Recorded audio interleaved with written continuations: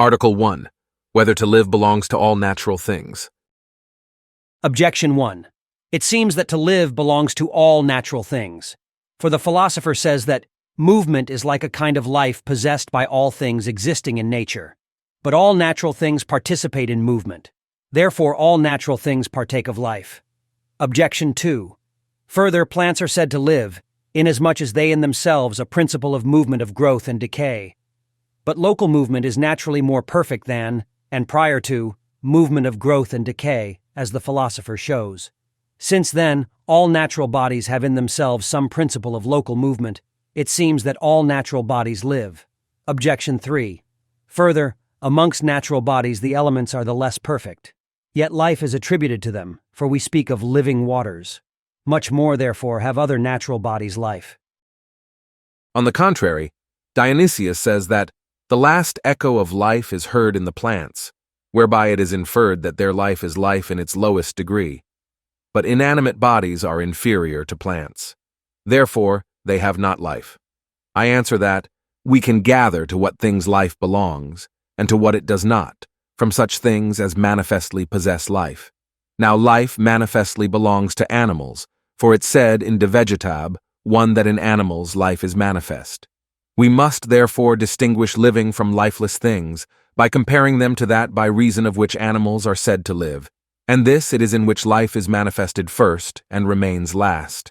We say then that an animal begins to live when it begins to move of itself, and as long as such movement appears in it, so long as it is considered to be alive. When it no longer has any movement of itself, but is only moved by another power, then its life is said to fail, and the animal to be dead. Whereby it is clear that those things are properly called living, that move themselves by some kind of movement, whether it be movement properly so called, as the act of an imperfect being, that is, of a thing in potentiality, is called movement, or movement in a more general sense, as when said of the act of a perfect thing, as understanding and feeling are called movement. Accordingly, all things are said to be alive that determine themselves to movement or operation of any kind, whereas those things that cannot by their nature do so cannot be called living, unless by a similitude. Reply to Objection 1. These words of the philosopher may be understood either of the first movement, namely that of the celestial bodies, or of the movement in its general sense. In either way is movement called the life, as it were, of natural bodies, speaking by a similitude, and not attributing it to them as their property. The movement of the heavens is in the universe of corporeal natures, as the movement of the heart, whereby life is preserved, is in animals. Similarly also, every natural movement in respect to natural things has a certain similitude to the operations of life. Hence, if the whole corporeal universe were one animal, so that its movement came from an intrinsic moving force, as some in fact have held, in that case movement would really be the life of all natural bodies. Reply to Objection 2. To bodies, whether heavy or light, movement does not belong, except insofar as they are displaced from their natural conditions and are out of their proper place. For when they are in the place that is proper and natural to them, then they are at rest.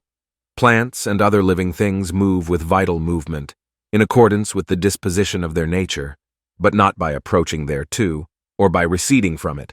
For in so far as they recede from such movement, so far do they recede from their natural disposition. Heavy and light bodies are moved by an extrinsic force, either generating them and giving them form, or removing obstacles from their way. They do not therefore move themselves, as do living bodies.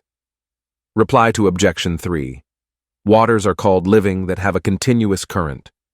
For standing waters, that are not connected with a continually flowing source, are called dead, as in cisterns and ponds. This is merely a similitude, inasmuch as the movement they are seen to possess makes them look as if they were alive. Yet this is not life in them in its real sense, since this movement of theirs is not from themselves, but from the cause that generates them. The same is the case with the movement of other heavy and light bodies,